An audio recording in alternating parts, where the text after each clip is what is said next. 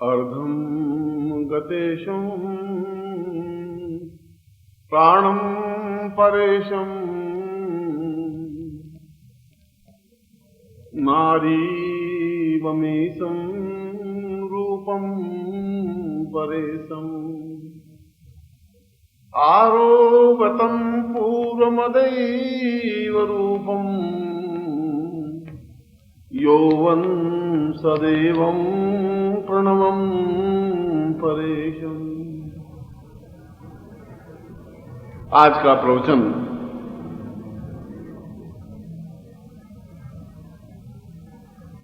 मैं उस इंद्र उपनिषद से उल्लेखित कर रहा हूं जो कि 108 उपनिषदों में सर्वश्रेष्ठ और अद्वितीय उपनिषद है। मैं सर्वश्रेष्ठ और अद्वितीय शब्द इसलिए लगा रहा हूं कि जो हमारे जीवन में उपयोगी है वह अद्वितीय है, जो हमारे जीवन में उपयोगी नहीं है वह अद्वितीय नहीं है। वह चाहे सोने का पहाड़ भी हो मगर हमारे हाथ में नहीं है या जहां हमारी पहुंच नहीं है, वो अपने आप में अद्वितीय है तो उसकी कोई उपयोगिता नहीं है। वह ज्यादा वैल्यूबल है, वह ज्यादा महत्वपूर्ण है जो हमारे हाथ में है, जो हमारे सामने है, जो हमारे प्रत्यक्ष है, जो हमारे जीवन में घटित होने वाला है। ब्रह्म उपनिषद के बारे में, ब्रह्म के बारे में बताया है, ध्यान के बारे में बताया है, धारणा के बारे में बताया है, चिंतन के बारे में बताया है, मनस्थिति के बारे में बताया है। उपनिषदों में पूरे जीवन के उन चिंतनों को, पूर्णत्व को प्रयोग करके दिखाया है। मगर वह ब्रह्म हमारे क्या काम का कि जहां हम उस जीवन में उस ब्रह्म से आनंद नहीं ले सकें, उस ब्रह्म की उपयोगिता क्या है। जब उद्धव और पहली बार इस पूरे 25,000 फलक में, वर्ष में, इस कालखंड में, मैं 25,000 वर्षों का कालखंड आपके सामने रख रहा हूं, 1-2 साल में नहीं।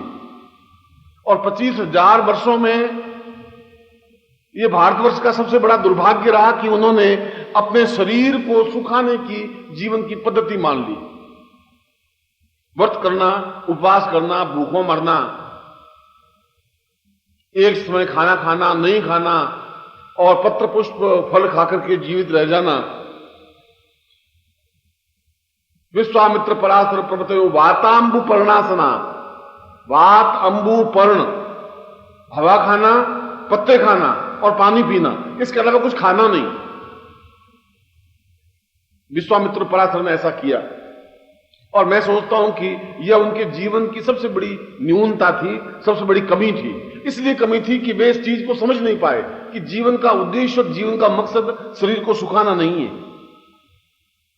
और विश्वामित्र यहां गलती कर बैठे, यहां पर वशिष्ठ ने भी गलती की और उन्होंने गलती की तो आने वाली पीढ़ियों ने भी गलती की। उस गलती की सजा उन्होंने भुगती। उन्होंने इसलिए भुगती कि विश्वामित्र को एक समय ऐसा आना पड़ा कि कुत्ते का मांस खाना पड़ा। वशिष्ठ को एक बार ऐसा होना पड़ा कि अपने जीवन को एकदम से सांस रहे और जाए उस स्थिति में आना पड़ा, फिर भी ब्रह्म उनके सामने उपस्थित नहीं हुए। और यह पद्धति बुद्ध के समय में भी आई और बुद्ध का ध्यान, बुद्ध ने हमें एक चीज दी और कुछ नहीं, ध्यान। मगर बुद्ध ये भूल गए कि ध्यान केवल आंखें बंद करने से ध्यान नहीं हो जाता। उन्होंने जीवन को सुखाने की एक प्रवृत्ति दे दी, जीवन सूख जाना चाहिए। उन्होंने भूखे रहने की प्रवृत्ति दे दी, भिक्षुक बनने की प्रवृत्ति दे दी और भिक्षु बना करके अपने शिष्यों को, साधकों को भेज दिया चीन में और जापान में और देशों में। और उन्होंने कहा कि सिर मुंडवा देना चाहिए, भूखे रहना चाहिए। ये बुद्ध के जीवन की कमी थी, ये महावीर के जीवन की कमी थी कि उन्होंने, और हमारे सारे 25,000 फलक में इस भूखों मरने की, निराहार रहने की और जीवन को सुखा देने की प्रवृत्ति रही। केवल एक व्यक्ति ऐसा बीच में अवतरित हुआ जिसने कहा कि ये नहीं, उसने प्रेम की बांसुरी लेकर के एक नई चेतना दी, कृष्ण। उसने कहा नहीं, शरीर सुखाने से कुछ नहीं बन सकता, शरीर सूखने से और बाहर तंबू पर्ण लेने से और पत्तों को खाने से और एकादशी का व्रत करने से जीवन में पूर्णता नहीं आ सकती। जीवन में पूर्णता तो जब जीवन है तो उसमें पूर्णता आनी चाहिए, जीवन का आनंद होना चाहिए, जीवन का ऐश्वर्य होना चाहिए, जीवन का एक सौंदर्य होना चाहिए। वह जीवन का अगर सौंदर्य नहीं है, अगर जीवन में कुछ रस नहीं है, जीवन में कुछ आनंद नहीं है, तो जीवन का कुछ मकसद भी नहीं है। और हमारे इन ऋषियों ने, इन योगियों ने जीवन का आनंद लिया ही नहीं। वे उस ख्याल में तो डूबे रहे कि ब्रह्म प्राप्त होना चाहिए। मगर कृष्ण ने कहा कि प्रेम के अलावा जीवन का कोई सार नहीं है। मैं कह रहा हूं तुम्हें शुद्ध प्रेम करने की कला आनी चाहिए, और अगर प्रेम है तो फिर मुझे इस पुस्तक से भी प्रेम है, और प्रेम है तो फिर निर्मोही से भी प्रेम है, और प्रेम है तो फिर पुष्प से भी प्रेम है, उस बादलों से भी प्रेम है, और खड़े हुए पेड़ पत्तों से भी प्रेम है। फिर मैं पेड़ से बात कर सकता हूं, फिर मैं बादलों की गड़गड़ाहट से बात कर सकता हूं, फिर बहती हुई नदी से बात कर सकता हूं। फिर मुझे बात करने की कला आएगी, तब आएगी जब मेरे अंदर प्रेम का अंकुरण फूटेगा। अब प्रेम का अंकुरण नहीं फूटेगा। मैंने मनाली में प्रवचन में पहले दिन कहा कि हम प्रकृति के बीच में बैठे हैं, सब बैठे थे, सही से बैठे थे, और मैंने कहा कि प्रकृति जीवन का आनंद है, और प्रकृति का मतलब है कि तुम पेड़ पौधों से बात करना सीखो। पेड़ से भी बात हो सकती है, पौधों से बात हो सकती है, पत्तों से बात हो सकती है। ये व्यास नदी बहती है, इस बहती हुई नदी से बात हो सकती है। मैं तो प्रवचन करके चला गया। मथुरा की एक नया जोड़ा आया था शादी करके, पति पत्नी दोनों आए, उसने भी मेरा प्रवचन सुना। तो बाकी गए और वो पेड़ के बिल्कुल चिपक करके बैठ गई। भाई पेड़ बोले और मैं सुनूं। 5 मिनट बैठे, 10 मिनट बैठे, अब पेड़ कहां से बोलेगा। 15 मिनट बैठे, फिर वापिस आई। फिर एक और मथुरा की थी, उसने कहा लली ये पेड़ तो बोलत ना है। हमने तो बैठे, गुरु ने कहा पेड़ से बात करो, हमने बात करने की कोशिश करी, पेड़ तो बोले ही ना। अब पेड़ बेचारा कहां से बोलेगा। अब वो, अरे मैं ये कह रहा हूं कि वो बोल नहीं सकता जब तुम्हारे अंदर प्रेम का अंकुरण फूटेगा नहीं। प्रेम का अंकुरण फूटा नहीं, उससे पहले तो तुमने चक्कर खाने शुरू कर दिए। माँ बाप ने 8 चक्कर छुआ दिए, अब उसके बाद जिंदगी में चक्कर खाती रही बैठी बैठी। पति और तू और पति बस खत्म। क्योंकि जो दूसरी बार देखा पति का क्या करिए,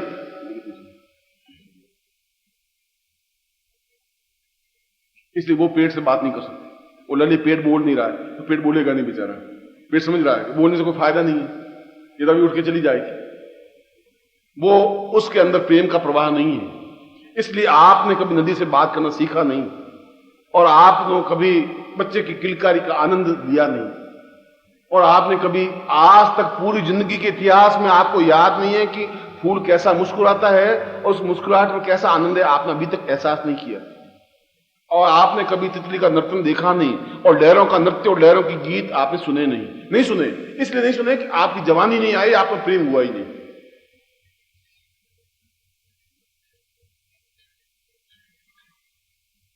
और मेरा प्रवचन सुनने के बाद आपके सिर के ऊपर तो सफेद हिमालय स्थापन हो गया है, सफेद बाल आ गए, और आपको कि गुरुजी 15-20 साल 25 साल पहले मिलते और कुछ बात करते तो शायद हम कुछ करते। अब तो आप बहुत पानी बह चुका गंगा का।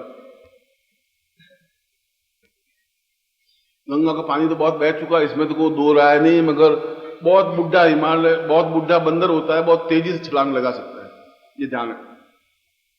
प्रेम करने के लिए उम्र कोई बाधक नहीं होती। तुम शायद तुम्हारा जब भी मैं प्रेम शब्द बोलता हूं तुम्हारे मन में वासना के अलावा कुछ शब्द नहीं आता, ये गड़बड़ है।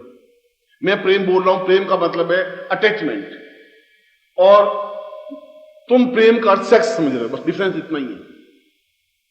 तुम प्रेम का दूसरा अर्थ तुम्हारा समाज दूसरा समझ नहीं सकता। तुम जो ही मां को कहो कि मैं प्रेम करने लगा हूं तो मां 3 बार आंखें निकालेगी, बाप को कहेगी सुन लो लाड ने कहा कर, अब ये लल्ला प्रेम करने लगा है, अब तुम शादी करो। अरे तो सीधा साधा कहा कि मैं प्रेम करने लगा हूं, प्रेम कर रहा हूं, उसमें कोई लंबी चौड़ी बात नहीं थी, मगर वो प्रेम का अर्थ सीधा वही समझेगा। इसलिए तुम्हारे पास जो प्रेम की परिभाषा है बहुत गंदी और घटिया और ऊंची है। तुम्हारे होठों पर प्रेम शब्द नाच नहीं सकता, तुम प्रेम बोल भी नहीं सकते। तो बोलोगे 10 बार सोचोगे तो कोई नहीं है तो शायद प्रेम एक बार बोल लो, तुम प्रेम नहीं बोल सकते। तुम धड़ल्ले से मैं जैसे बोलता हूं कि प्रेम करना चाहिए, उस प्रकार तुम अपने परिवार में जाके बोलना, घर जाकर के, कि आप गुरुजी सीख के आए, अब हम प्रेम करेंगे। तो पत्नी कहेगी कर्म फूटे तुम्हारे, सारा बुढ़े हो गए, सर ऊपर सफेद बाल आ गए, अब तुम प्रेम करोगे जूते खाओगे। और बहू कहेगी ससुर जी सीख के आए प्रेम, अब प्रेम करेंगे। उनको भी प्रेम की परिभाषा वही ज्ञात है, प्रेम का मतलब वासना, पत्नी को भी वही ज्ञात है। और मैं कह रहा हूं कि यौवन तब तक आ ही नहीं सकता, संभव नहीं है। बचपन तो आ सकता है, वो तुम्हारे हाथ का नहीं है, और बुढ़ापा आएगा ही, वो भी तुम्हारे हाथ में नहीं है, मगर यौवन तुम्हारे हाथ में है, वो कभी ला सकते हो। इसलिए कृष्ण कभी वृद्ध हुए नहीं, और उन्होंने पहली बार प्रेम की परिभाषा दी, चेतना दी, और उसमें कोई वासना थी नहीं। जब मथुरा रवाना हुए, एक क्षण के लिए गोपियों से पीठ मोड़ी और रवाना। ऐसा नहीं होगी पीठ मोड़ी और फिर राधा के सिर पे हाथ फेरा, राधे को सीने से लगाया, तेरे बिना मर जाऊंगा मैं राधा, तू नहीं है तो कुछ नहीं है, और ललिता तू कहां गई, ऐसा कुछ बोले नहीं वो, क्योंकि वासना थी नहीं, वो तो प्रेम था। अक्रूर ने कहा चलो, चलिए, बस आधे सेकंड बाद रथ में बैठे रवाना हो गए। वासना होती है वहां दूषितता होती है, वहां अटैचमेंट होता है, वहां गंदगी होती है, वहां गड़बड़ी होती है। प्रेम में कहीं कोई बहते हुआ पानी जो साफ नदी का है, उसमें कोई दूषितता नहीं हो सकती। जवानी का जोश, जवानी की ताकत, जवानी का आनंद बिल्कुल दूसरा है, वह मस्ती दूसरी है। वह तो प्राप्त करने वाला ही प्राप्त कर सकता है, एहसास कर सकता है कि यह जवानी है। तूफान वेग की तरह, बादलों की उमड़न घुमड़न की तरह पूरे शरीर में जोश और प्रवाह, लावा बहने लग जाए शरीर में, खून नहीं बहे। खून तो आम आदमियों में बहता है, जवानी में खून नहीं बह सकता, लावा बहता है, पीला हुआ इस्पात स्टील। ऐसा तुम्हारी जिंदगी में नहीं आया, मगर आ सकता है। इसीलिए हमारे पूर्वजों ने अप्सराओं की साधनाएं संपन्न की। अप्सराओं की साधना इसलिए संपन्न नहीं की कि उनके साथ कोई वासनात्मक खेल था, इस नहीं की। अप्सराओं का तात्पर्य है कि पूर्ण यौवन प्राप्त करने की क्रिया, और पूर्ण यौवन प्राप्त 60 साल की उम्र में भी हो सकता है, 80 साल की उम्र में भी हो सकता है, 100 साल की उम्र में भी हो सकता है, 20 साल की उम्र में भी हो सकता है।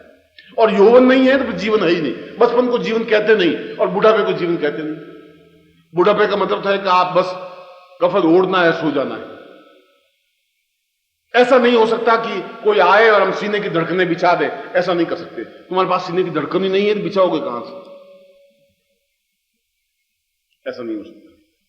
और इसीलिए वो कह रहा कि हमारे आने वाली पीढ़ियां यौवन शब्द को भूल जाएगी, प्रेम शब्द को भूल जाएगी। और अगर तुम्हें परिभाषा ज्ञात नहीं हो तो अपने घर में, मोहल्लों में उन लड़कों को देख लीजिए जिसको जवान तुम कहते हो, 20 साल से 30 साल की उम्र। अब 30 साल के बाद तो प्रौढ़ कहने लग जाता है, 40-45 साल बाद तो गया, खत्म हो गया, फिनिश। उनकी बड़बड़ाहट जवानी आती है, 16वें साल में सीटी बजाना शुरू करता है, 22 साल में सीटी खत्म। बस उंगली डाली और सीटी बजाई और जवानी शुरू हुई। बस अब जवानी उनकी कैसी आती है वो तुम देखते ही। उनके गाल पिचके हुए हैं, आंखें धसी हुई हैं, घबराए हुए, डरे हुए जरूर हैं, और एक पुर्जा लिखेंगे कहां, बस हो जाए हो जाए। इतनी हिम्मत नहीं, आज से आधे कर ये मैं पूछ रहा हूं तुम कहां मिलेगी, मिलेगी मिलेगी बोल, इतनी हिम्मत नहीं। और उस दीवार की छेद के अंदर रख देकर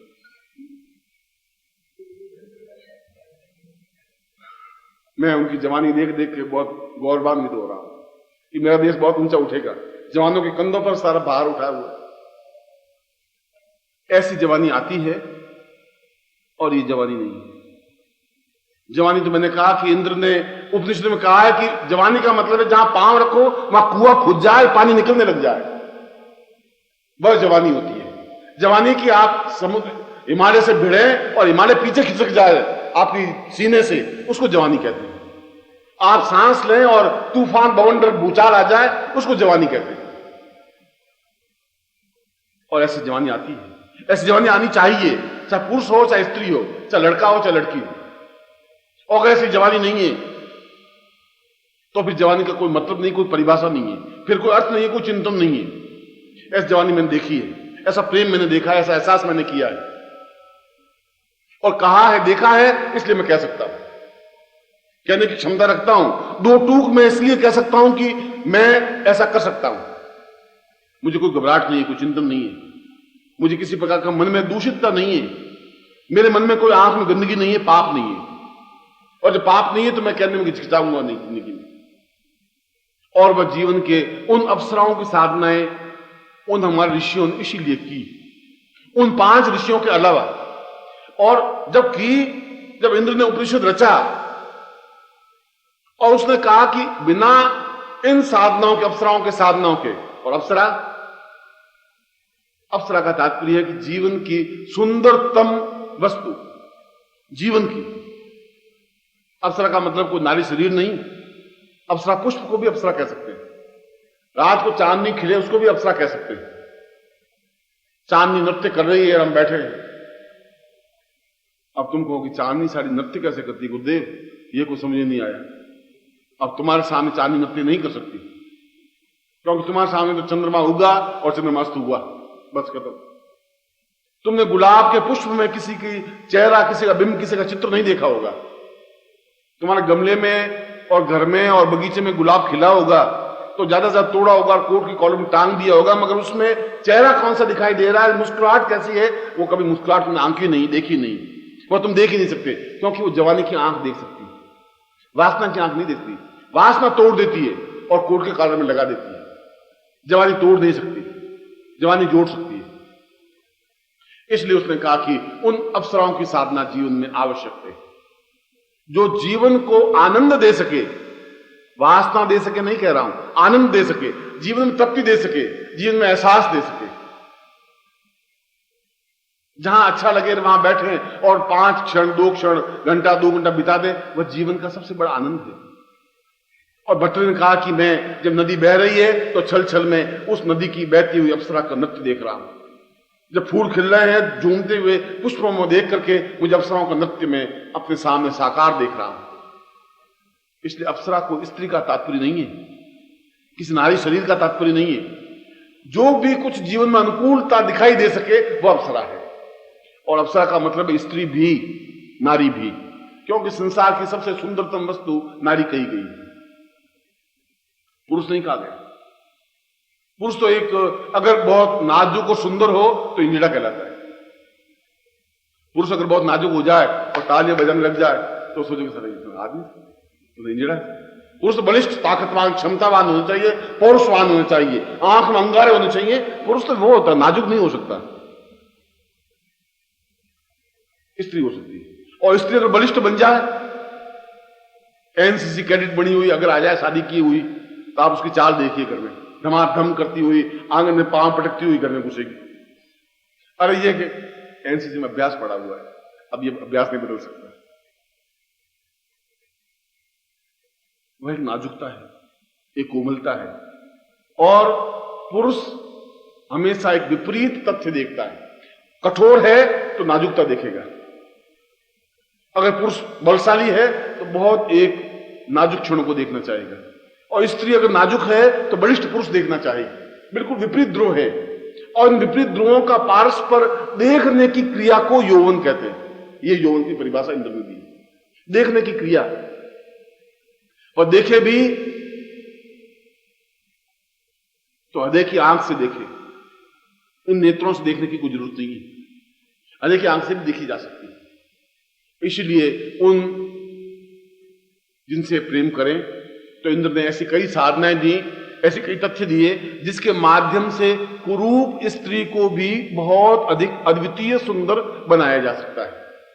मैंने इस इंद्रोपनिषद के उन श्लोकों का वर्णन नहीं किया गया कि नारी शरीर को सुंदरतम शरीर किसे कहा जाता है, आंख कैसी होनी चाहिए, नाक कैसा होना चाहिए, गला कैसा होना चाहिए, केश कैसे होने चाहिए, वक्षस्थल, वो सब कुछ उसमें वर्णन है। मैं उस वर्णन पे नहीं जा रहा हूं,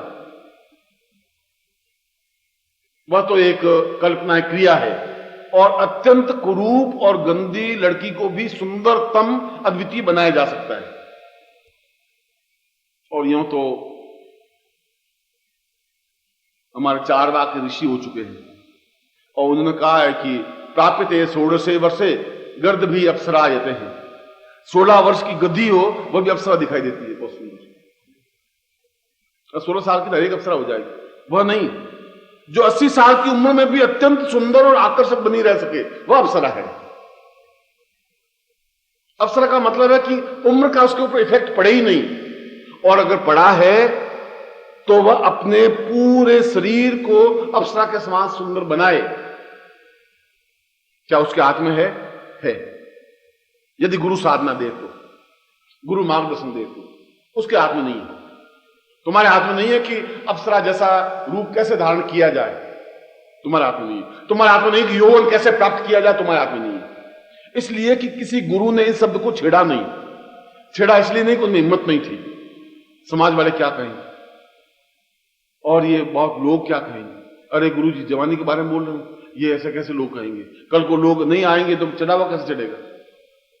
इसलिए वे गुरु बोलना बंद कर दिया उन्होंने, और उन गुरु के खुद के पोपले मुंह, धंसी हुई आंखें और चश्मा चढ़ा हुआ देख करके एहसास भी नहीं होता कि गुरु है।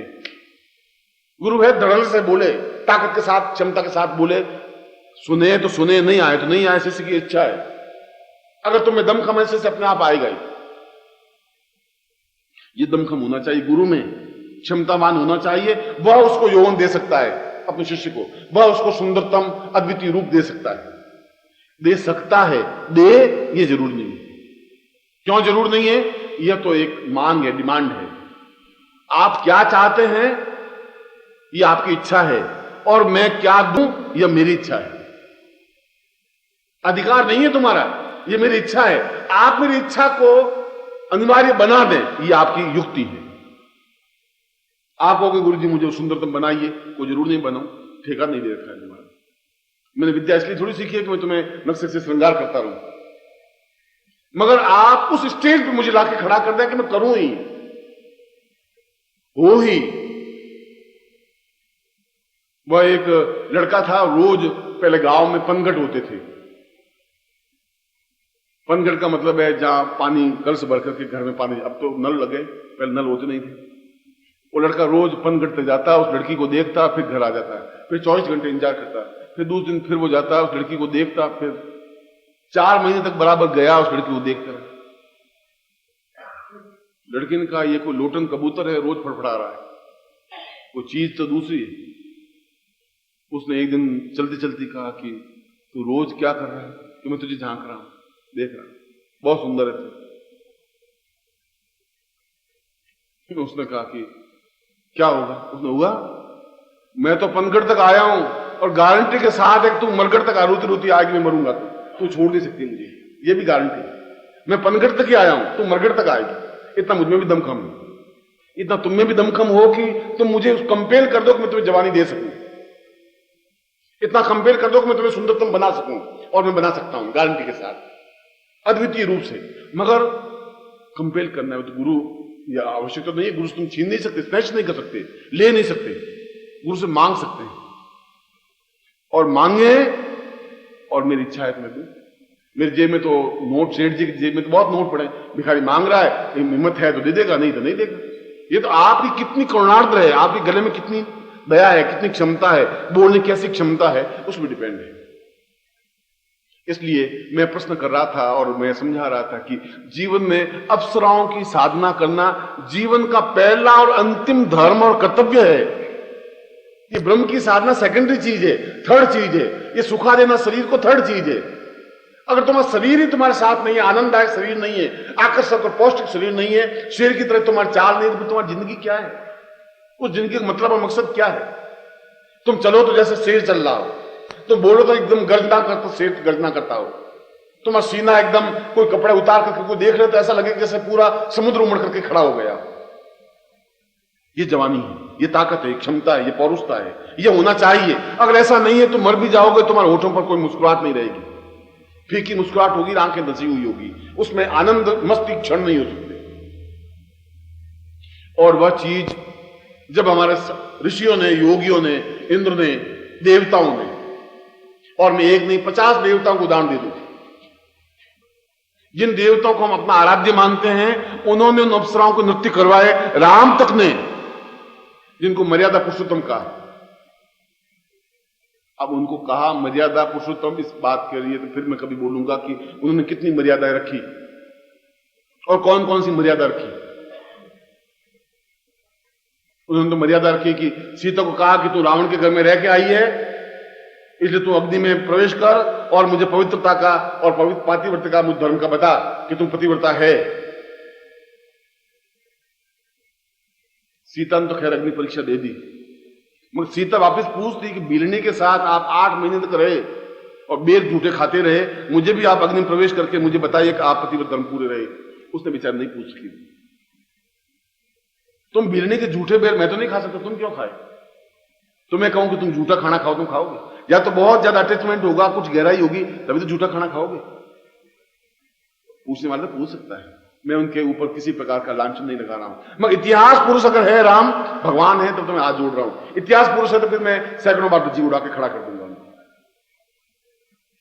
मगर उन्होंने भी जब रासु यज्ञ किया और जब सीता लवकुश के साथ में वाल्मीकि आश्रम में थी, अप्सराओं का नृत्य संपन्न करवाए, क्योंकि जरूरी था। और इसलिए जरूर था कि उसके माध्यम से ही यौवन प्राप्त हो सकता था, अप्सराओं के नृत्य के माध्यम से, अप्सराओं की उपस्थिति से, संभोग से नहीं, साहचर्य से नहीं। ये तो मैं फिर तुम्हारी दिशा दृष्टि स्पष्ट कर रहा हूं। जहां मैं प्रेम शब्द बोलूं वहां कहीं गंदगी, कहीं घटियापन, कहीं ओछापन नहीं है। अगर राम ने अप्सराओं के नृत्य संपन्न कराए तो कहीं ओछापन नहीं था, मगर अप्सराओं की उपस्थिति से ही जीवन में यौवन प्राप्त होता है। अगर बहुत सुंदर तथ्य दिखाई दे और देखते मन में प्रसन्नता होती है, कितना ही उदास आदमी हो और एकदम से एकदम खुशी पैदा हो जाती है। मैं चाहे कितना ही उदास हूं, नदी किनारे बैठूं तो एकदम से खुशी होगी, 5-7 मिनट 10 मिनट मन की सारी चिंता धुल जाएगी और मैं नदी को देखता रह जाऊंगा। प्रकृति के बीच में जाऊंगा तो मुझे वहां आनंद आता है, तो आनंद आता है। अपने आप में विपरीत तथ्य को देखने से आनंद की अनुभूति होती ही है, निश्चित रूप से होती है। इसलिए और आनंद के माध्यम से यौवन की प्राप्ति हो सकती है। राम ने पूछा है वशिष्ठ को, वर्धत्वमेवं अवतम वदेवः, वशिष्ठ मेरे जीवन में वृद्धता आ रही है, गुरुदेव मेरे जीवन में वृद्धता आ रही है। और एक राजा वृद्धता प्राप्त कर ले तो फिर राजा कैसा रहेगा? तो वशिष्ठ उसको कह रहे हैं, यौवनम मदम पूर्ण मदेव तुल्यम सा ज्ञानताम यक्षिणी मयि वदेवा, अप्सराम पूर्ण मदेव नृत्यम स पूर्ण यौवनम मतम वदेव। तुम वापिस यौवन प्राप्त कर सकते हो उन यक्षिणियों के नृत्य के माध्यम से, उन अप्सराओं के नृत्य के माध्यम से, जिसके माध्यम से आनंद की अनुभूतियां हो और आनंद का प्रत्येक क्षण यौवन प्रदान करता है। यौवन प्रदान करता है, धन प्रदान करता है, ऐश्वर्य प्रदान करता है, भौतिक संपदाएं प्रदान करता है। और हमारे जीवन में यही चाहिए। हमारे जीवन में वैराग्य चाहिए, और वैराग्य तब होगा जब तुम्हारे पास कुछ चीज होगी, तब वैराग्य होगा। वैराग्य होगा कहां से? तुम कौन सा वैराग्य दान कर सकते हो? तुम कहोगे गुरुजी अब मैं मतलब ताजमहल में नहीं रहूंगा, नहीं रहूंगा गुरुजी। और ताजमहल तुम्हारा है ही नहीं, रहोगे कहां से? खड्डे में रहोगे तुम। कौन सा ताजमहल तुम्हारे पास? रहने को झोंपड़ी नहीं, तुम ताजमहल में नहीं रहोगे गुरुजी। और अब गुरुजी आप सौगंध खाते हैं अमेरिका घूमने नहीं जाएंगे गुरुजी, त्याग कर दिया, नहीं जाएंगे गुरुजी अमेरिका। अरे अमेरिका जाने के लिए चाहिए 25,000 रुपए, तुम लाओगे कहां से? अमेरिका छोड़ दिया, कैसे छोड़ दिया? तुम्हारे पास धन संपत्ति पासपोर्ट हो, टिकट भी हो, अब अमेरिका नहीं जाएंगे, तब त्याग होगा। तो त्याग के लिए पहले भोग होना जरूरी है, पहले संपदा होनी जरूरी है, और संपदा के लिए यौवन होना जरूरी है, और यौवन के लिए अप्सराएं होनी जरूरी है। ये सारा लिंक, और अगर ये लिंक नहीं है तो फिर जीवन में तुम्हारा यौवन तो है और बिल्कुल एक पानी की बुलबुली की तरह फूंक मारे खत्म हो जाए। और नहीं तो किसी यौवनवान लड़के को गली में देखूं, सीधा भाग जाता, गली के पार जा खड़ा, अच्छा देख लेंगे देख लेंगे देख लेंगे, उस गली के पार को देख लेंगे। अरे साले मैंने तो आवाज दी है और तुम डेढ़ गली के पार जाकर के देख लेंगे, अच्छी तरह से पास में आके देख ले, अब वहां से क्या देख लेंगे? और आ जाना देख लेंगे, तुम क्या समझ रखा है? और हाथ बाहर निकाले तो जैसे मेरे अंगूठे के हाथ है वैसे, बिल्कुल ऐसे। और बाहें क्यों बेचारा, थोड़े बहुत मुझे मन में अच्छा था कि भाई बाहें अच्छी होंगी, तुम तो और सत्यानाश कर दिया, बाहें निकाल करती है। मेरे युवक और देश के नौजवान यौवनवान हैं और मुझे इस बात की खुशी है। इसलिए वह यौवन प्राप्त हो सकता है, तुम्हारे जीवन में भी हो सकता है। और वह यौवन केवल अप्सराओं के साधनों के माध्यम से होता है। और संसार में केवल 16 अप्सराओं की साधनाएं बताई गई हैं।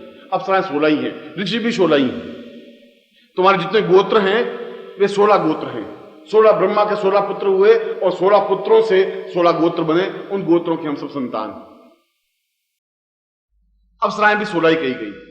और मैंने कृष्ण का उदाहरण दिया आपको।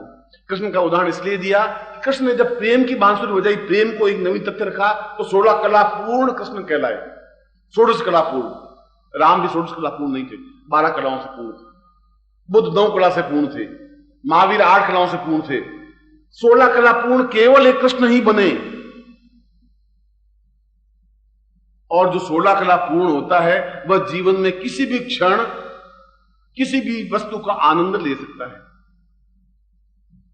उनका पूरा जीवन आनंदमय व्यतीत हुआ, युद्ध में भी, महाभारत युद्ध में भी, द्वापर में भी, मथुरा में भी, और ब्रज में भी, गोकुल में भी, और वृंदावन में भी।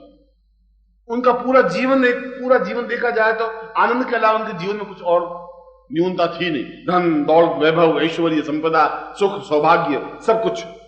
इसलिए कि 16 कला पूर्ण थे। और इसीलिए जीवन में 16 का महत्व है। आप भी उन 16 कलाओं को प्राप्त कर सकते हैं।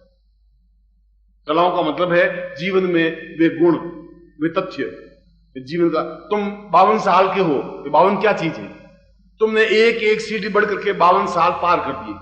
और 16 कला का तात्पर्य है कि एक कला का एक विशेष गुण, जीवन की एक उन्नति, एक स्टेज, फिर जीवन की second stage, third stage, fourth stage और 16वीं स्टेज। और 16वीं स्टेज का मतलब है किसी भी सिद्धि, किसी भी साधना और किसी भी अप्सरा और किसी भी देवता को सामने खड़ा करके नृत्य करवा सके, आप करवा सके। लक्ष्मी आए और आवे, नृत्य करे और मुझे दे जाए। बस 16 कला पूर्ण पुरुषोत्तम कहलाता है। पुरुष नहीं, पुरुषोत्तम। पुरुषों में भी उत्तम, वह पुरुषोत्तम कहलाता है। और पुरुषोत्तम शब्द केवल कृष्ण के लिए रिक्त हुआ है, क्योंकि अन्य कोई भी 16 कला पूर्ण बना नहीं। बुद्ध और कुछ समय जिंदा रहते, यदि बुद्ध को मार नहीं दिया जाता तो बुद्ध जरूर 16 कला प्राप्त कर पाते, क्योंकि उस स्टेज को प्राप्त कर रहे थे। वो जीवन की विडंबना है, जीवन की न्यूनता है। और इसीलिए उम्र इस बीच में कहीं बाधक नहीं होती। ऐसा नहीं है कि तुम 50 साल के हो गए अब तुम 16 कला प्राप्त नहीं कर सकते, ऐसा नहीं है। अब तुम अवसाद साधना नहीं कर सकते, ऐसा भी नहीं है। अब तुम पूर्ण यौवन प्राप्त नहीं कर सकते, ऐसा नहीं है। वापिस अगर कभी जीवन में, अब मैंने ऐसा स्टेज एहसास किया है कि अब मुझे गृहस्थ शिष्यों को कभी तंत्र सम्मेलन में ले जाना चाहिए। शायद तुमने मई या जून के अंक में मैंने कहीं लेख दिया है, शायद जून का अंक तुमने पढ़ा है कि नहीं पढ़ा है मुझे मालूम नहीं, और मैंने उसमें दिया है। और उस तंत्र सम्मेलन की चर्चा हुई है। और जो यहां पर बहुत जोश खा रहा था कि तंत्र सम्मेलन में मैं खुद तांत्रिक हूं, गुरुजी आप चिंता मत करिए, वो वहां जाकर के 4 बार ड्यूटी भर के आया है। अभी तंत्र सम्मेलन शुरू नहीं हुआ। साहस, क्योंकि बिना यौवन के तंत्र नहीं मिल सकता, बिना यौवन के जीवन की पूर्णता सिद्धियां प्राप्त नहीं हो सकती। इसलिए उम्र कहीं बीच में बाधक नहीं होती। उम्र कोई अपने आप में अर्थ रखती नहीं। इस समय भी तुम अपने आप में अगर 50 साल के भी हो तो तुम्हें किसी ने कानून से मना नहीं किया कि तुम कल तितली का नृत्य नहीं देखोगे, ऐसा कानून ने रोक नहीं दिया। ऐसा भी रोक नहीं लगा कि खिले हुए पुष्प को अब तुम नहीं देख सकते, क्योंकि 50-60 साल के हो गए हो, अब खिले हुए गुलाब के पुष्प को तुम नहीं देख सकते। ऐसा कहीं नहीं लिखा नहीं है। ऐसा नहीं लिखा है कि नदी छल छल बह रही हो और तुम उसका नृत्य संगीत नहीं देख सकते, ऐसा नहीं लिखा है। उम्र बाधक है ही नहीं, तुम्हारा मन बाधक हो गया है। अरे गुरुजी अब 55-56 तो हो ही गए गुरुजी, 2-4 साल में अब कब्र में लेटना है गुरुजी, अब यौवन की बात है। ठीक है गुरुजी, नदी किनारा पेड़ कब गिर जाए, तुम्हारा मन मर रहा है। मैं तुम्हें मार नहीं रहा हूं, तुम खुद मरे हुए हो। और जब आते हैं शिष्य तो रोते हुए, अरे क्या हुआ? बस गुरुजी सब, अरे हुआ क्या गुरुजी, क्या बताएं गुरुजी, अब जाने वाले हैं गुरुजी। तो फिर यहां रोने के लिए आए, जाने वाले हो तो खत्म होते लेटर लिख देते, भाई हम चले गए गुरुजी, ये पत्र मेरा, राम राम राम राम, मैं भी आपकी राम राम कुछ। यहां क्या लिया? तुम खुद रोते हुए आए और मुझे भी 2 मिनट के लिए मतलब उदास और बेचैन परेशान कर दिया। मैं तो खुद जिंदगी में आनंद के साथ क्षण व्यतीत करता हूं, इसलिए कि तुम्हारा बचपन के बाद तुम्हारे जीवन को समाज ने तुम्हें मृत तुल्य बना दिया। तुम्हें और औरतों दोनों को। लड़की होश नहीं सकती, लड़की मुस्कुरा नहीं सकती, लड़की खिलखिला नहीं सकती, हंसे तो लड़की बेहया, थोड़ी जोर से बोले तो लड़की बेशर्म, ये घटिया लड़की, ये बाहर जा नहीं सकती, ये गली में खड़ी हो नहीं सकती, ये किसी को देख नहीं सकती, ये किसी के पास बात कर नहीं सकती, ये डिब्बी में बंद हो सकती है, ये मर सकती है, बस। और वो ऐसे करती है, ये बहुत सुचरित्र, ये बहुत बड़ी, ये बहुत समझदार। इससे ज्यादा गुलामी इस संसार में कहीं नहीं हो सकती। और तुम खुद गुलाम हो अपने मन के। मैंने तुम्हें गुलाम नहीं बनाया, मैं तुम्हें वापस पहली बार एहसास करा रहा हूं, तुम्हें वापस जवानी मिल सकती है, वापस यौवन प्राप्त हो सकता है इस साधना के माध्यम से। और तुम कह रहे हो कि क्या साधनों में सफलता मिलती है? तुमने मैं प्रश्न 5वीं बार उठा रहा हूं, 10वीं बार उठा रहा हूं अपने प्रवचनों में, और मैं कह रहा हूं कि गारंटी के साथ मिल सकती है। तुम्हें अपने आप में कॉन्फिडेंस होना चाहिए, तुम्हारा खुद का विश्वास खत्म हो गया तुम्हारे। तुम तो शुरू करोगे उससे पहले तुम्हारा विश्वास की। अब मंत्र जब तो रहे हैं, होगा नहीं, चलो जब लेते बस, यहां से तुम शुरू होगा, ये गारंटी के साथ होगा। नहीं कैसे होगा? तब कोई बात ही नहीं, वहां शुरुआत होनी चाहिए। तुम्हारी शुरुआत बिल्कुल गलत ढंग से होती है, इसलिए तुम्हें साधना में सफलता नहीं मिल सकती। माला तो फेरते हो, 51 माला फेरनी है, होना वाना तो कुछ है, चलो गुरु जी ने कह दिया माला फेर देती, दर दर दूसरी तीसरी चौथी 51 माला फेर। गुरु जी पहले ही कहा था कुछ होगा नहीं। और भाई तो ये 2 घंटे तुमने सत्यानाश क्यों किए तेरे? मरा हुआ व्यक्ति कुछ नहीं कर सकता, और तुम हकीकत में मरे हुए हो, और तुम्हारी विशेषता है तुम सांस लेते हुए मुर्दा हो। ऐसे दुनिया में नहीं दिखाई देते। मुर्दा तो दिखाई देते, सांस लेने वाले मुर्दा तुम पहली बार मेरे सामने खड़े। एक विशेषता तुम्हारी यह है जो मुझ में नहीं है, और दूसरी विशेषता यह है कि तुम अपनी लाश को कंधे पर रख करके चले जा रहे हैं। उसमें कोई हंसी नहीं है, उसमें मुस्कुराहट नहीं है, उसमें खिलखिलाहट नहीं है, तुम हंस नहीं सकते। तुम घर में अगर अभी घर जाओ और घर में जोर से हा क्या हुआ और लड़के आके पूछेंगे पिताजी तबीयत ठीक है आपकी? क्या हुआ? कि नहीं तबीयत ठीक है। तो माँ को कहेंगे पिताजी जो तो आए और जोर से हा कर रहे थे, वो आएगी कि नमक मिर्च ऊपर करेगी और कोई नजर टोटका लग गया, क्या हुआ तुम्हारे? क्या हुआ? अरे हुआ क्या सर? तुम नहीं हंस सकते, मरे हुआ मुर्दा हंस नहीं सकता भाई, समझ नहीं है। और हंसे तो घर वालों के लिए आश्चर्य, मोहल्लों के लिए आश्चर्य। 3 दिन घर में चर्चा का विषय कि दादाजी जोर से हंसे, खिलखिलाए, भगवान जाने क्या हो गया, भूत लग गया, प्रेत लग गया। और झाड़ीगर को अलग बुलाया कि झाड़ा फेर भाई। और मुझे लेटर लिखे, गुरुजी आप कीड़े पड़े, आपने ऐसा क्या करके भेज दिया? मैंने तो मरे हुए शरीर को थोड़ा हंसना सिखाया है, अब मेरे कीड़े काहे के लिए पड़े? बहुत सीधी लेटर लिखेगी, गुरुजी यहां आए जोर से हा हंसे, बात कर पड़ो। इसलिए तुम दोनों में 2 विशेषताएं, और ये दोनों विशेषताएं, ये मेरा सौभाग्य है कि मुझे ऐसे अद्वितीय शिष्य मिले। वास्तव में मैंने संन्यास शिष्य तो बहुत देखे, और मैंने सोचा गृहस्थ में जाएंगे तो शायद बहुत शानदार शिष्य मिलेंगे, पर यहां आने के बाद तो मैं खुद गौरवान्वित रोमांचित होता हूं हर क्षण। ऐसा जीवन नहीं चल सकता, ऐसा जीवन का आनंद कुछ नहीं है, इस जीवन में कुछ मस्ती नहीं है। एक बार उनको चौंकने दो, घरवालों को एहसास करने दो कि तुम कुछ बड़े हो। उल्टे तुम पूछो क्या हुआ, तुम घबराहट तुम्हें क्या हुई, क्या हुआ, तकलीफ क्या हुई, तुम क्यों चौंके हो? कि गुरुजी हंसे आप पिताजी, पाप किया क्या, कोई खोटा की हंसाई हो? हा क्या तुम्हारा क्या हो? तुम जरूर पागल हो, ये पागल जरूर। इसमें अब पहले तो एक बार हंसे तो शायद पागल हुए कि नहीं हुए, अब दूसरी बार फिर हंसेगा, ये पागल है। हमारा समाज कितना डिबिंग बंद हो गया है। कल्पना में उदाहरण दे रहा हूं तुम्हारे सामने, और कोई स्त्री घर में आके हंसने लग जाए तो पति की तो हालत खराब हो जाए।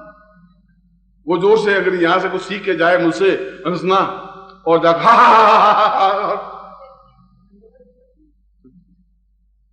पास में आके बैठे, क्या हुआ तेरे, सब ठीक ठाक तो है? ठीक ठाक है, क्या हुआ? क्या जवानी होती है, क्यों क्या समझता है सारा? गई बुढ़िया थी है, जवानी होती है। ये गुरुजी ने जवानी अलग सिखा दी है सर, ये शिविर लगा रहे हैं जवानियां मानते खुद।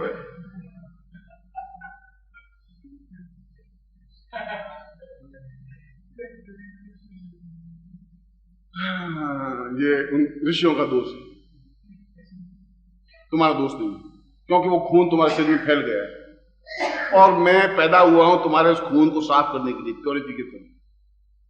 जो जितना समय मुझे मिलेगा तुम्हारा खून शुद्ध मैं जरूर करूंगा, प्रवचनों के माध्यम से, शब्दों के माध्यम से, व्यंग के माध्यम से, फटकार के माध्यम से, गालियों के माध्यम से, और नहीं मिला तो जबरदस्ती खून निकाल करके प्योर करके वापस शरीर में डालूंगा। करना पड़ेगा ऐसा, और इसके अलावा मेरे पास कोई चारा नहीं है। अभी तक तो मैं समझा रहा हूं, शायद तुम खून अपना प्योर करना, अगर तुम्हारे खून में वही धीमापन है, बुझा हुआ चेहरा है, मरा हुआ चेहरा है, तुम्हें तावन नहीं, जवानी नहीं, ताकत नहीं, तुम्हें क्षमता नहीं, कुछ करना पड़ेगा। और ऐसा होना चाहिए। आप में से मुझे 33 करोड़ देवी देवताओं तो सब तुमने नहीं देखे होंगे, पर 33 देवता देखे होंगे, राम और कृष्ण और ये, उनमें से किसी का गाल पिचके हुए कोई देवता के देखे तुमने? कि कृष्ण भगवान के गाल पिचके हुए हैं, कि शिव जी के गाल पिचके हुए हैं, कि विष्णु के गाल के हैं, आंखें दसी हुई हैं, चश्मा चढ़ा हुआ है? क्योंकि उन्होंने जीवन में एक अट्टहास किया, मुस्कुराहट की है। विष्णु भगवान, विष्णु ने स्वयं क्षीर सागर मंथन हुआ है और मोहिनी पैदा हुई है। श्री रंभा विश्वारुणी अमीशन, जब लक्ष्मी पैदा हुई तो लक्ष्मी शादी की, रंभा पैदा हुई तो रंभा से भी शादी की। अप्सराओं से शादी करना अपने आप में गुनाह नहीं है, मर्दानगी है, वीरता है, साहस है। वासना ठीक नहीं है, मैं वासना को उचित प्रेम नहीं देता हूं। वासना पशु करते हैं, हम पशु नहीं बन सकते। हम प्रेम कर सकते हैं, और प्रेम नहीं करेंगे तो तुम बहुत जल्दी शमशान में चले जाओगे, 10-15 साल बाद, ज्यादा समय नहीं रुक सकते। और अगर प्रेम करने की कला सीख लोगे, 50 साल यमराज तुम्हारा कुछ नहीं बिगाड़ सकता, ये भी गारंटी। और उस यौवन को प्राप्त करने के लिए, क्योंकि कोई एक शब्द अगर गुरु से मिल जाता है तो लाखों रुपए का हो जाता है। कोई एक औषधि, कोई एक जड़ी बूटी, कोई एक चीज दे दे तो पूरी जिंदगी बन जाती है। कोई आयुर्वेद के जो गुरु होते थे, कोई जिंदगी भर हजारों दवाइयां लिख के नहीं देते थे, जिंदगी में 1 या 2 नुस्खे देते थे, और 2 नुस्खों से करोड़पति लखपति बन जाता था। और गुरु 1-2 मंत्र देते थे और जिंदगी उनकी समझ जाती थी। मैंने उन ऋषियों की, उन योगियों की, उन सन्यासियों की सेवाएं की हैं। 6-6 महीने तक लंगोटियां धोई, उनके घर में रहे, उनके आश्रम में रहे, उनकी झोंपड़ियों के गोबर लीपा है, उनके कपड़े धोए, और 6 महीने बाद एक मंत्र मिला, मगर एक मंत्र भी अपने आप में अद्भुत अद्भुतनीय मिला। और मैंने उस दिन से एहसास किया कि मंत्र सही है, इसमें सिद्धि मिलेगी, गारंटी के साथ मिलेगी, जा ही नहीं सकती। क्योंकि मेरा थिंकिंग प्लस पॉइंट से स्टार्ट होता था, तुम्हारा थिंकिंग नेगेटिव पॉइंट से स्टार्ट होता है। जब तुम्हारे मन में, इसलिए कि मैं जिंदा था, यौवन था, ताकत थी, चेतना थी, इसलिए तुम मुर्दा हो और बलहीन हो और चेतनाहीन हो, डिफरेंस है। और मैं अपनी बात अपने बच्चों को साथ 2 शब्दों में कह सकता हूं, कहने की क्षमता है। इसलिए मैंने कहा कि या तो मैं तुम्हारे खून को शुद्ध करने की कोशिश करूंगा, और नहीं तो फिर जबरदस्ती खून निकाल कर शुद्ध कर दूंगा, कर जरूर दूंगा, और गारंटी के साथ करूंगा, उससे पहले मौत मेरे पास नहीं आ सकती। ये चैलेंज। एक बार तुम्हें यौवन दे के दिखाऊं, एहसास हो कि यौवन किसे कहते हैं, उसका आनंद, उसकी मस्ती, उसकी तृप्ति कभी देखें तो मालूम पड़ेगा। यह एहसास होना चाहिए। मैं उस मंत्र को आपको दे रहा हूं, अप्सराओं के मंत्र, या जिसको यक्षिणी मंत्र कहते हैं, उस मंत्र को आप मंत्र जाप करना है आज रात्रि को ही, और आप करें और अनुभव करें, आप करें और अनुभव करें, क्योंकि गारंटी के साथ में अनुभूतियां, सफलता और श्रेयता और सिद्धि मिलती ही है।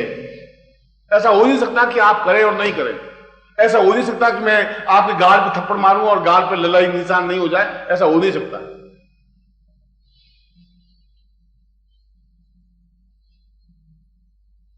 ये मंत्र जब आप स्फटिक माला से कर सकते हैं, या आपके पास जो भी माला हो उससे कर सकते हैं।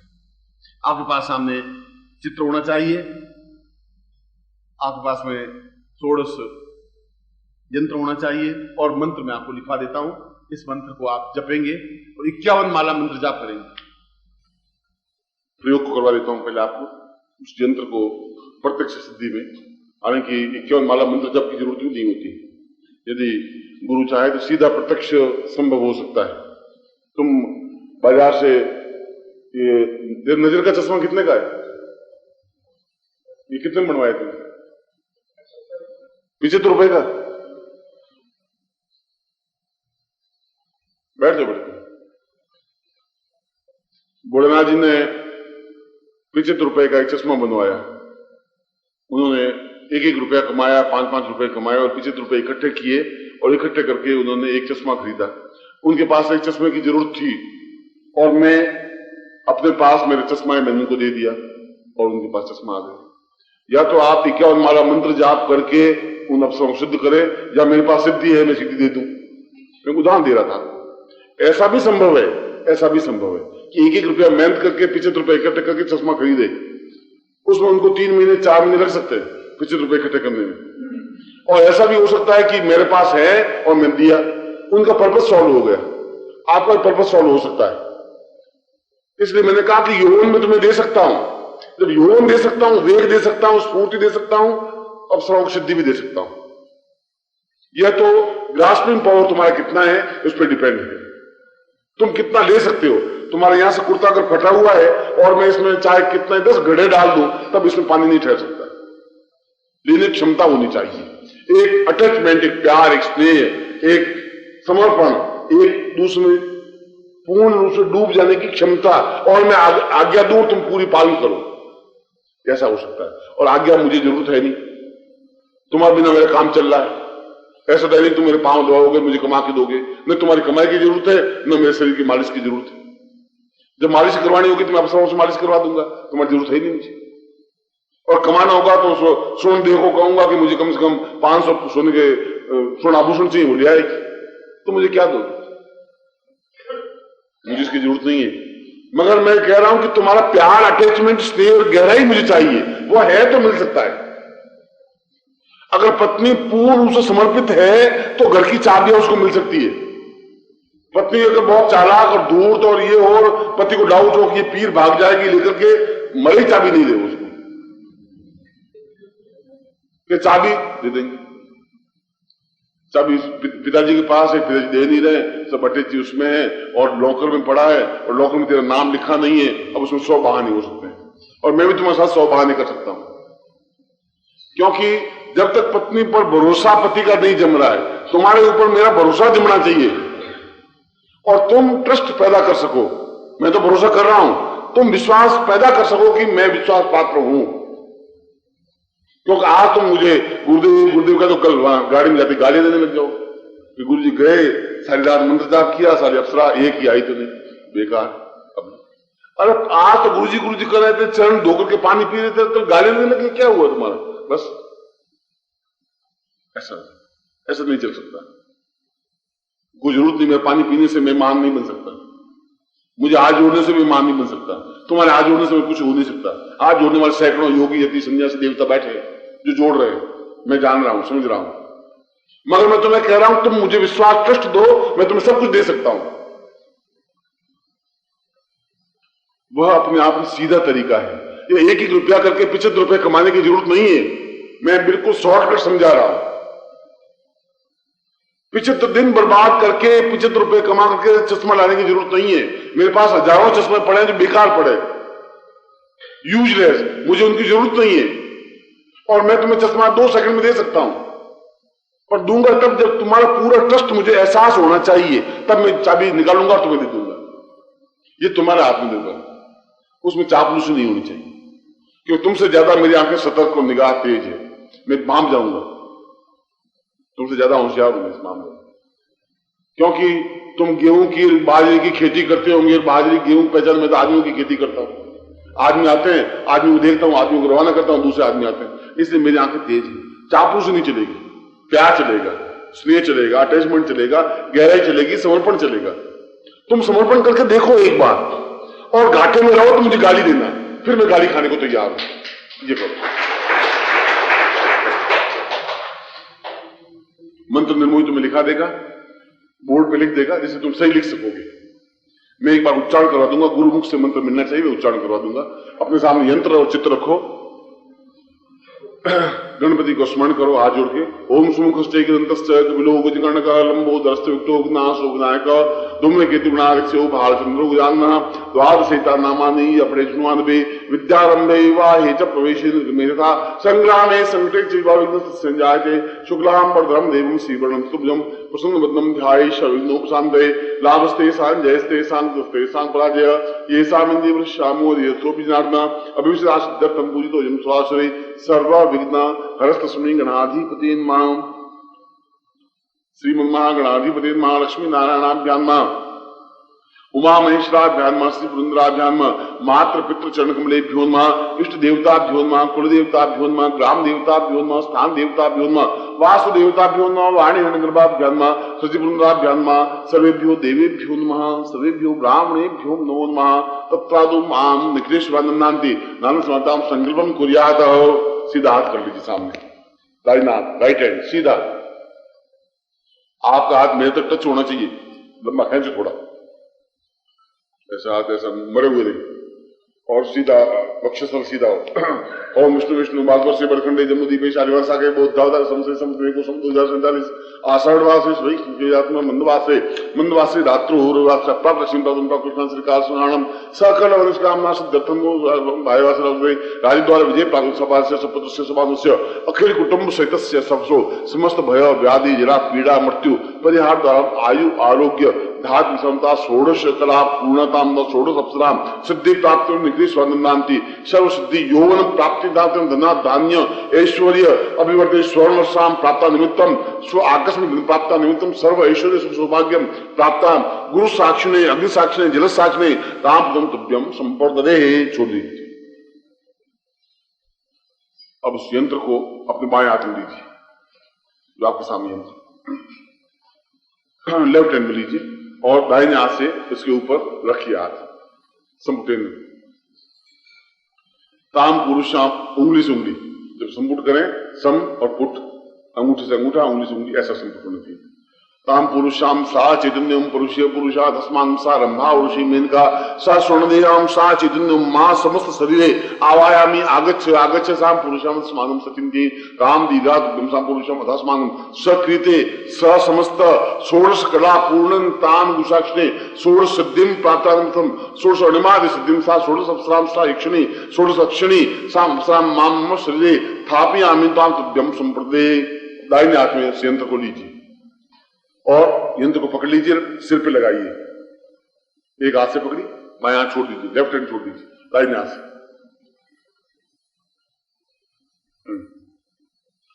ताम रंभाम स्थापियामि इनमायश्वर्यामि से पुरुषम तस्मानम सचिंत्य पुरुषाम स्मानं दिक्लाति बाकुसन साम यक्षिणीं पुरुषम नेतुम ललाटे स्थापियामि नमः। ललाट में इस यंत्र को लगाइए। साम पुरुषम सतितनम दीघा पुरुषाम स्मानं सा पुरुषम स्थापियामि न नेत्रोः साम पुरुषम स्मानं स्वर्णदेहां पुरुषम आकस्मिक प्राप्त मुखे सा चैतन्यं पुरुषाम समेनका मेनका पुरुषम स्मानं ग्रीवायां सा दीघा पुरुषम तस्मानं सा दीघा पुरुषम वक्षस्थलो ताम दीर्घा युत्वाय सागुर शब्दस्मान चातुर्य पुरुषम अरे जहां फेफड़े खत्म होते हैं दीर्घा युत्वाय बलाय वैसा साधु जीव सुदस्म उदरे साम नेभूषा पुरुषस्मानम सचैतन्य नाभु सा दीर्घा सा पूर्वा अथास्मानम स रंभो उरुष्यम सा चितना स्वर्ण रेखा आवायाम स्थापयामि स लिंगे साम दीर्घा युत्वाय बला पुरुषम जंगाभ्याम पद्मे ताम दोनों जंगाओं पर दीर्घाम पूर्वा पादयोः साम दीर्घा युत्वाय बला चरणेशु ताम दीर्घा साम पुरुषम बाहुभ्याम परमेंद्रिकुम स्तोमे क्रम वीरजम्मा आत्मा में पृष्ठीर में पीठ में अंध पुरुषम अस्मान स सर्वांगी नेमि उस यंत्र को पूरे शरीर में लगाते हैं। इस मानव सा चिंतु सा पुरुषम अस्मान तो भ्याम संपर्दे उस यंत्र को सामने रख दीजिए। चित्र के सामने हाथ जोड़ दीजिए। यौवनवतां पूर्णमदेव रूपम सचिन्त्य रूपाम अपितम मदेवम आसाम पुरो अप्सरो पूर्वमेवं सिद्धिर्भवे पूर्णवसे तवश्यम दीर्घायु त्वां सा कृष्ण निखिले स्वानंदांति सा सिद्धिर्भवति माम विष्णुनाति सा सिद्धिसाम सिद्धास्मा सा एतसाम आवायामि आगच्छ आगच्छ मम हृदये मम स्थाने मम शरीरे स्थापयामि स सिद्धिर्भवति मम कार्यं सिद्धि करिकरि त्वां तुभ्यं संपर्दे। गुरु प्रार्थयेत गुरु ब्रह्मा गुरु विष्णु गुरुदेवो महेश्वर गुरु साक्षात् परब्रह्म तस्मै श्री गुरु चरण कमलेभ्यो नमः। ध्यान मूलम गुरु मूर्ति पूजा मूलम गुरुपदम मंत्र मूलम गुरु वाक्य मोक्ष मूलम गुरु मूकं करोति वाचालं पंगु लंघयते गिरं यत्कृपात् वन्दे त्वमेव माता च पिता त्वमेव बन्धुः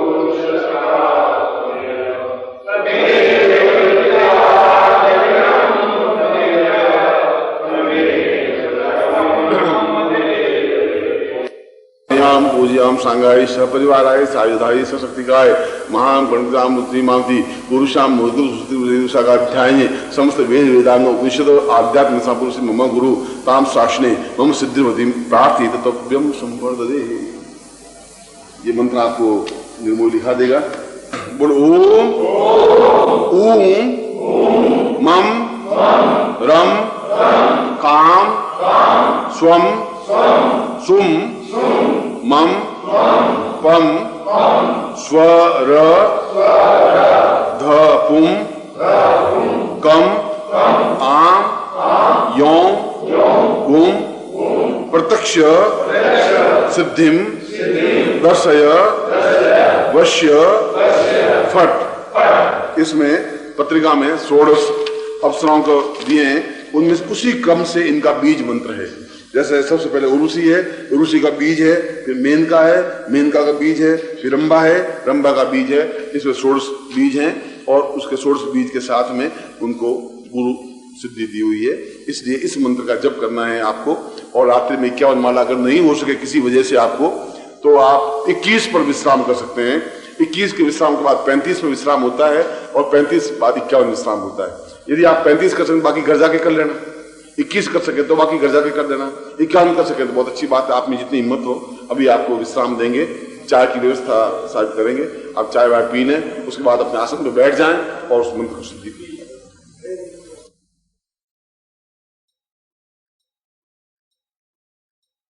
ओम परम तत्वाय नारायणाय गुरुभ्यो नमः।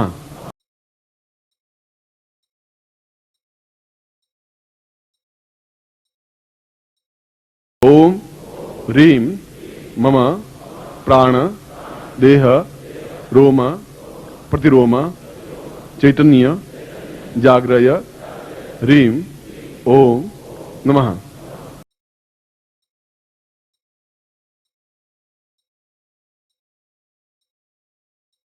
ओम भूर्भुवः स्वः तत्सवितुर्वरेण्यं भर्गो देवस्य धीमहि धियो यो नः प्रचोदयात्।